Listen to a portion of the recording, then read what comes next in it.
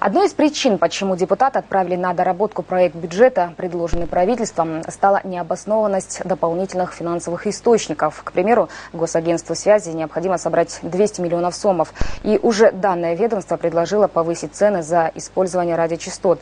В свою очередь, сотовые операторы заявляют, что это может повлечь за собой повышение тарифов за услуги мобильной связи. В Кыргызстане насчитывается более 4 миллионов абонентов сотовой связи.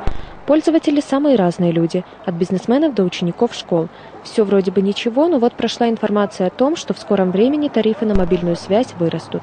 Дело в том, что Госагентство связи намерено поднять стоимость за пользование операторами радиочастот. Насколько же вырастет плата за услуги абонентам, пока неизвестно.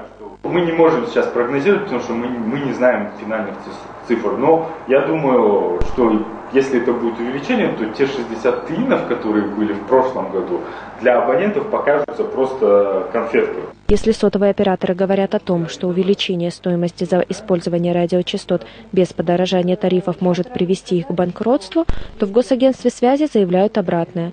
Частотный спектр – государственный ресурс, и стоимость его не изменялась на протяжении нескольких лет. И это повышение не подставит под удар доход компаний сотовой связи. Для нас важно,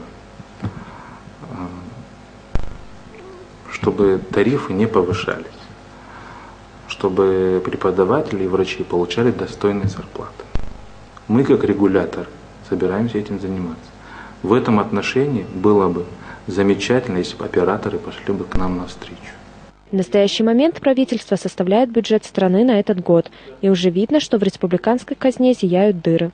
Именно поэтому премьер-министр поручил каждому министерству изыскать дополнительные средства. Так Госагентство связи должно перечислить в бюджет еще 200 миллионов сомов. Возможно, это и стало поводом для ведомства поднять тарифы за пользование радиочастотами. К любому же росту цен простые граждане относятся негативно. Пускай они зарплату сначала повысят, а потом остальное все повышают, я думаю, так. Зная то, что повышение цен еще хуже станет. Каждый день пользуюсь сотовой связью, да, нормально денег уходит. Но если повысят, я не знаю на сколько, может сом или 60 тыин, это мне вообще не устраивает. Абоненты еще помнят, как при прежней власти операторам сотовой связи было рекомендовано за каждый дозвон взимать 60 тыинов. Тогда это решение вызвало большой общественный резонанс. Елена Полякова, Айбек Аджибаев, Батыр Зарлыков, Бишкек Ньюс.